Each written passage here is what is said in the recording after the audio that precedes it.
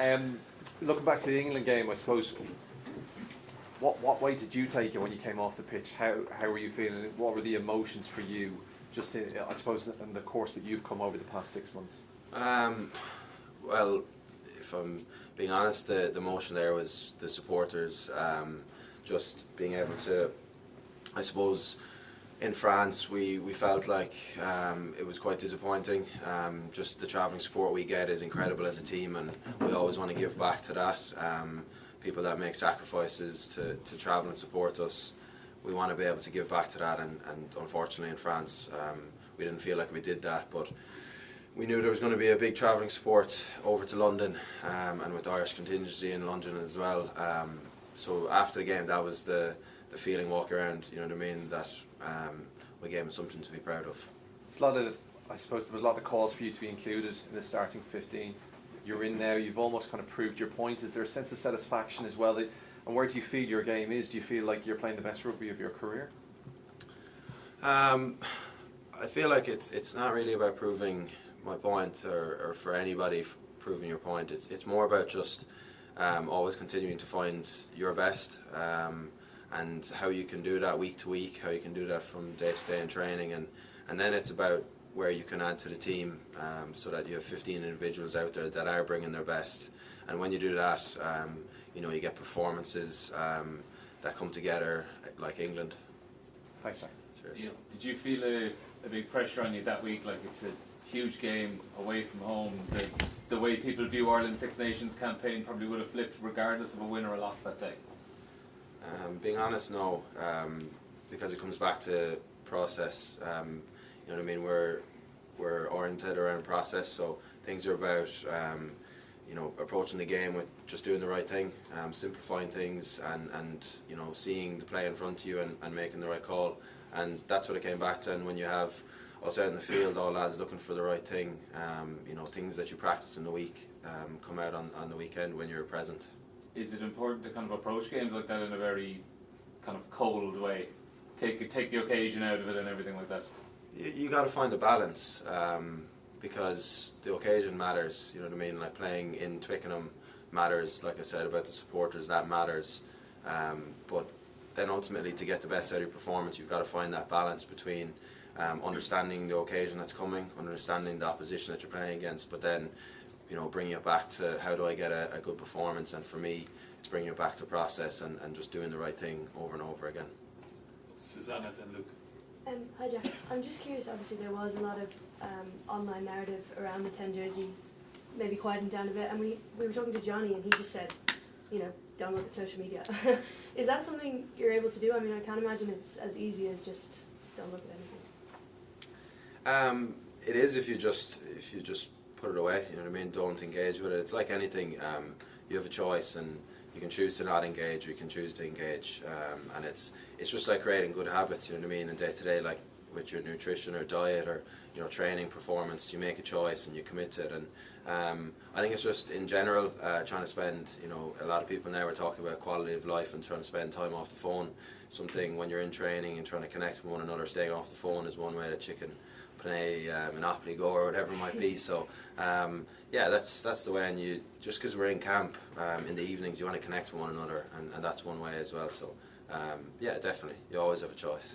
Okay, and I'm just one more question. You spoke after the Italy game about how sometimes it's not easier coming off the bench, but you can kind of see what you need to come on and change. How did you approach the England game differently in the fact that you wanted to have the same impact but from a minute ago?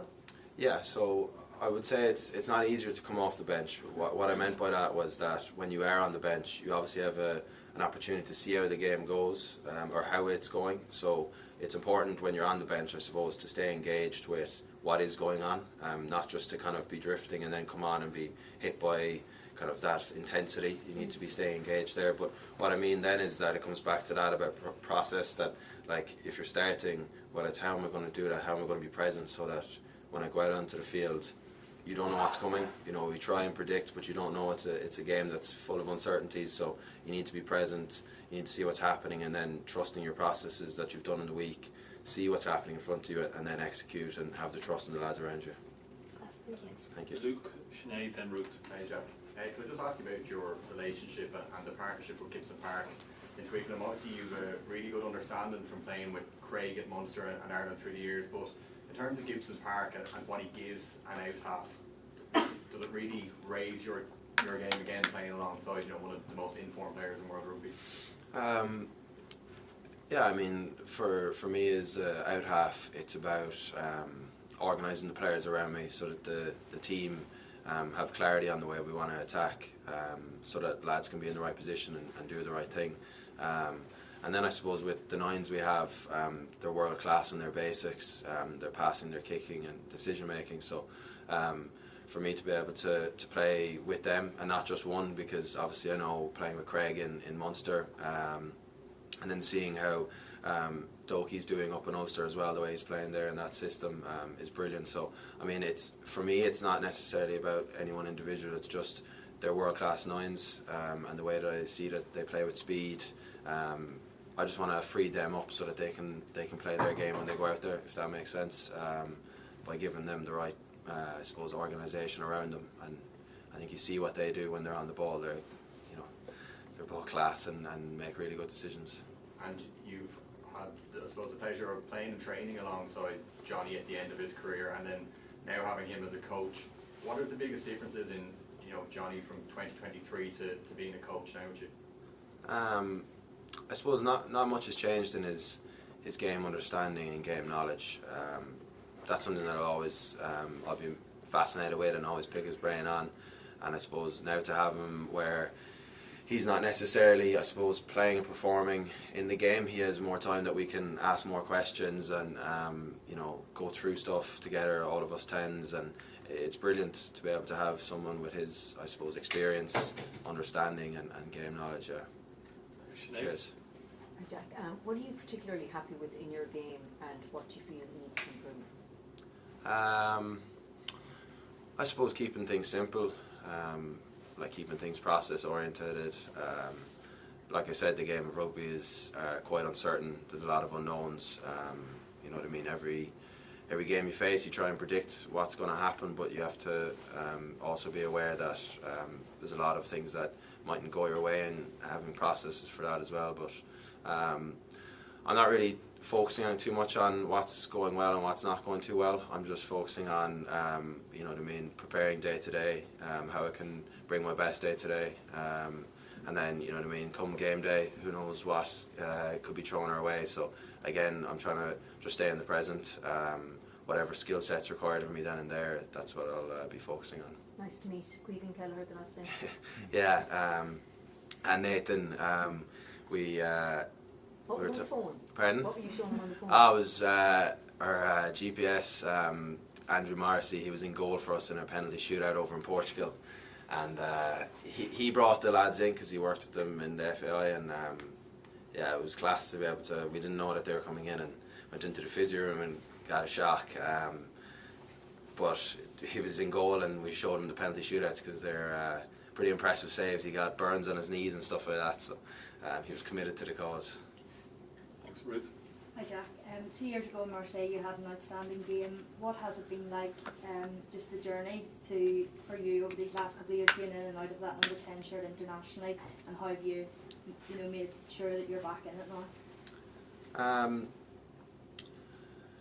Again, I think it's the journey is one that you don't ever want to wish you changed anything, because you are here right now as you're meant to be, and everything along the way is made you who you are right now, and you can't change anything. That's the past and it's done. Like the future, don't know what's coming, and all you can control is right here, right now. Bring your best right here, right now, and you look after the future, because what you do now is what will determine what comes down the line. So it's never really about focusing too much on the past or looking too far forward. You know what I mean?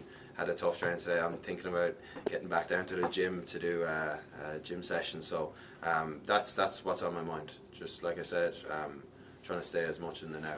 And just what's your relationship with Sam Prendergast like, the dynamic in camp? Yeah, well, I think there was mentioned that there's Harry, Fralls, and the four of us. we all like to push each other, and that's, you know, what gets the best out of one another. Competition, like I've said before, is one that drives you to be your best, not just come game day, but day to day in training. And you know what I mean, we're always sitting down together looking at a laptop, because the knowledge from one another might have a different perspective on how we should run something. And when you combine that with the coaches, you get, I suppose, the best of the best, and that's what we're like in camp. We work unbelievably well together, and we're all focused on, I suppose, getting the best out of ourselves for the team, because if we're doing that, then the team are getting the best of one another. Ask one question each. Kieran, Tom, then Johnny to finish up. Kieran. Hey Jack, would you make many adjustments in terms of your process or kicking technique, just from working with Johnny over the last year? Or what kind of advice would you give me around that? No, so I've been working with Dave Allred over the last period, and Johnny obviously worked with Dave Allred as well. So it's much of the same. It's just obviously getting a perspective from Johnny, who had been doing it recently, and then combining two great minds is the best of the best. And it's just about, I suppose, putting in the reps, figuring it out, and yeah, week to week trying to improve and get better. Tom. We saw in the game against England the crowd kind of jeering at George Ford when he missed a couple of kicks out to touch. You know, given your position, when you have a crowd kind of getting onto you like that, what techniques do you have to stay present and kind of block it out and make sure you focus on the task at hand? Yeah, it's a good question. I think preempting, not mistakes, but preempting situations where you're going to be under pressure, whether it's in play or whether it's your individual technique. For us, it might be kicking, but for line-out throwers, it might be the pressure that they could be getting in hostile environments. So during the week, just feeling what it might be like to be under a little bit of pressure, and just, you know, breath works. For me, a lot of breath works, bring you back to what's in your control. And I think having a good technique, you know what I mean, that needs to be robust under no matter what situation it is. So yeah, it's preparation the week as well, anticipating what might come. Thanks, Johnny. Jack, there's sort of endless speculation that I'll have, and probably will be into the future. Can you enjoy that? I mean, I'm guessing you can't allow it to annoy you, but can you enjoy it? I think there's a place in the middle where you're just focused on, you know, like I've spoken to earlier, just about the here and now. It's doing your best, and once you do that, and what's in your control all that, and the rest is out of our control.